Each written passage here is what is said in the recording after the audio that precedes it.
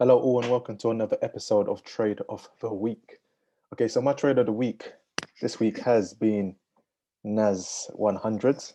I am a bit upset because I put this more on my stock account rather than my MT4. I did manage to get some positions on my MT4 after, but the entry that I got on this, I wish I did get on my MT4. Unfortunately, I didn't, but still my trade of the week. It's still going very good. Nasdaq has been very good this year. This week. Already I'm thinking about the year. It's already been great this week, and I'm seeing a lot of indices starting to rise, come close to their all-time highs again. Maybe even take them out as the external liquidity is sitting above, and then who knows? Maybe we could get a repeat of what we saw in 2020. Okay, in March, if you know everything crashed in March in the whole world. If you go to any of your charts and go to the 1 month time frame, you look in March and you see everything crashed. So I'm just wondering if we're going to see similar signs of this happening again, and I'm kind of ready for it.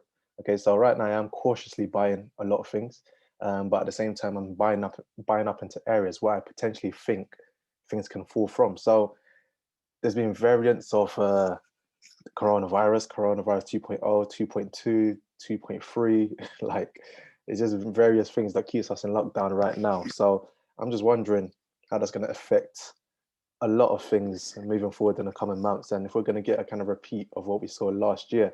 So the housing market is still yet to crash, and I'm still expecting that to happen sooner rather than later. So I'm keeping a very close eye on a lot of things going forwards, just being ready to play both sides, as you know we usually do. Gold.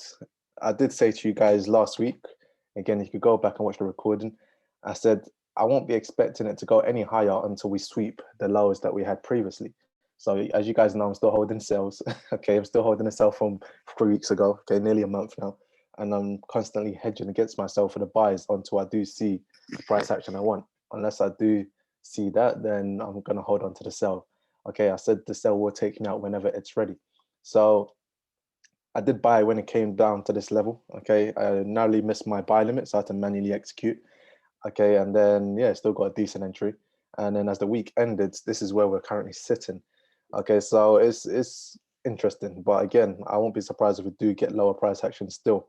So I did hedge a sell also in this area. I bought from down here, and I also bought from here, but I hedged the sell just in this area here. I think I got a print screen of why I wanted this as well. Okay, just this setup here.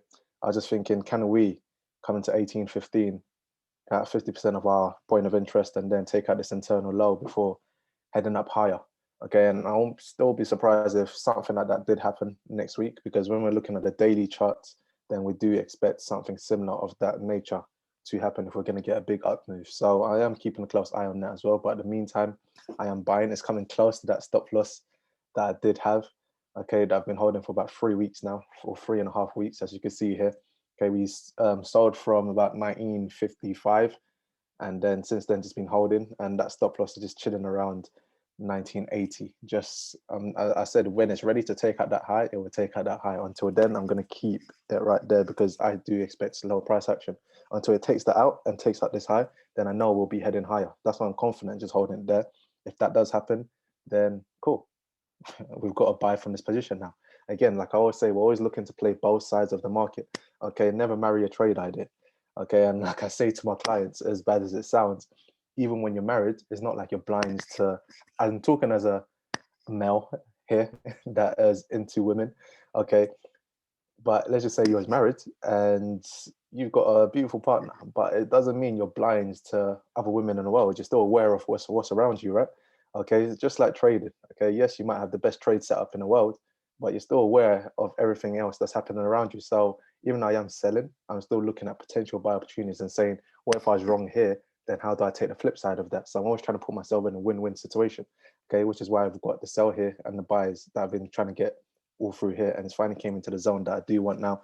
So I'm just watching it closely to see if this is really going to be it now, to see if we can finally take out that high.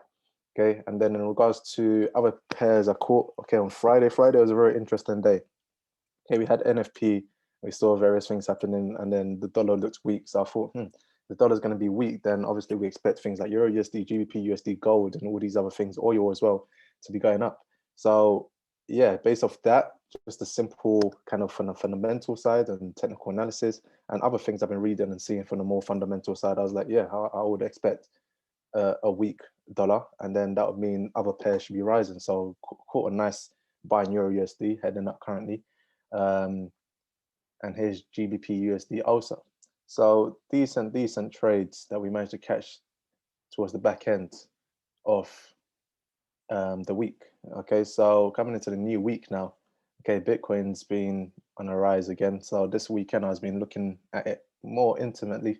Okay, just seeing if we're going to finally take out that 4200 price level, just taking it out flat, and then see if we can head up into here, maybe white liquidity, and then maybe fall down, or who knows, maybe keep going higher. But right now I'm going to buy just in case. Again, like I always say, playing both sides.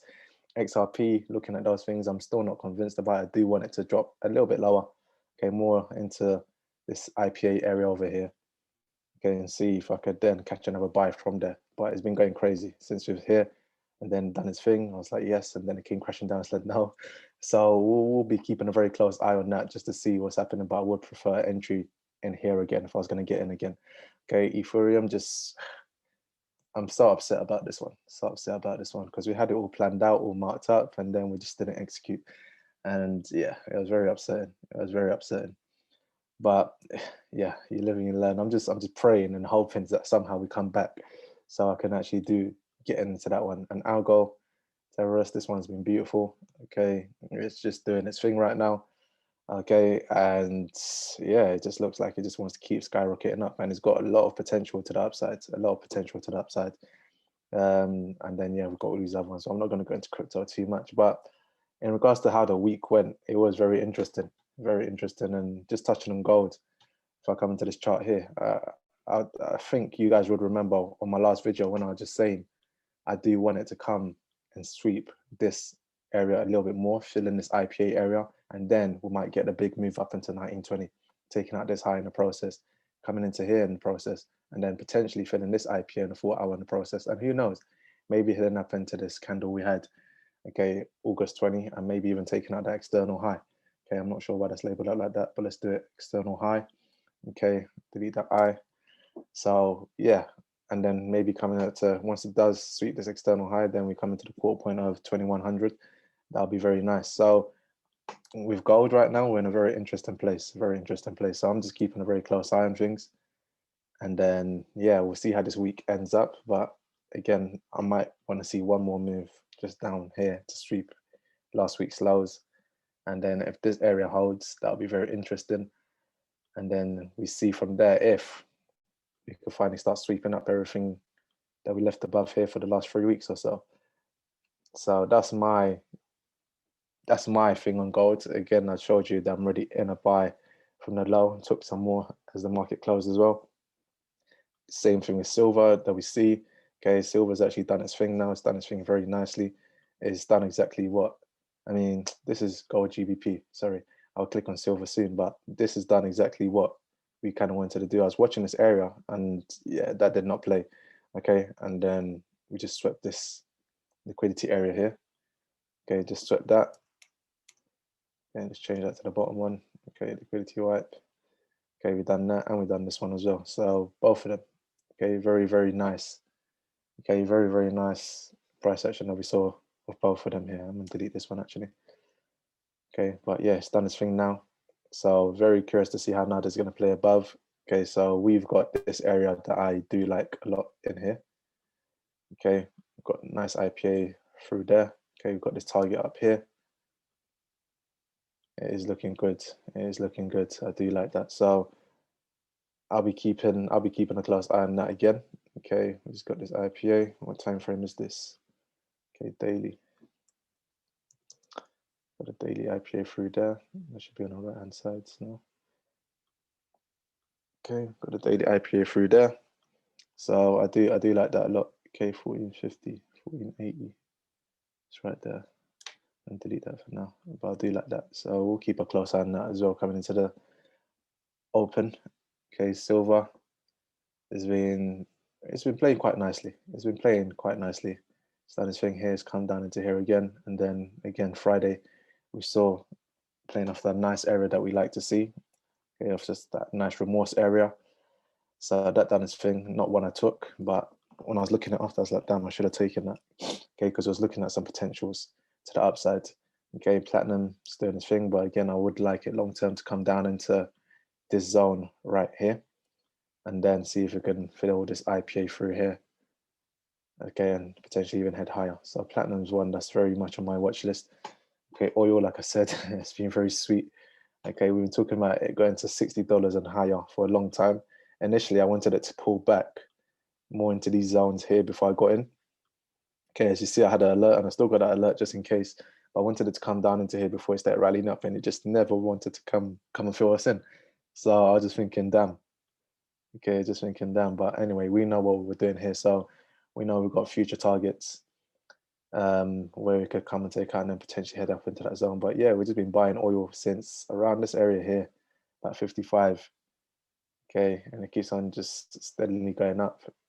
Okay, we've got some in here that are closed out, but the latest ones that I'm holding now are from here, and it just keeps on going up. So I'll just keep riding it until it tells me otherwise.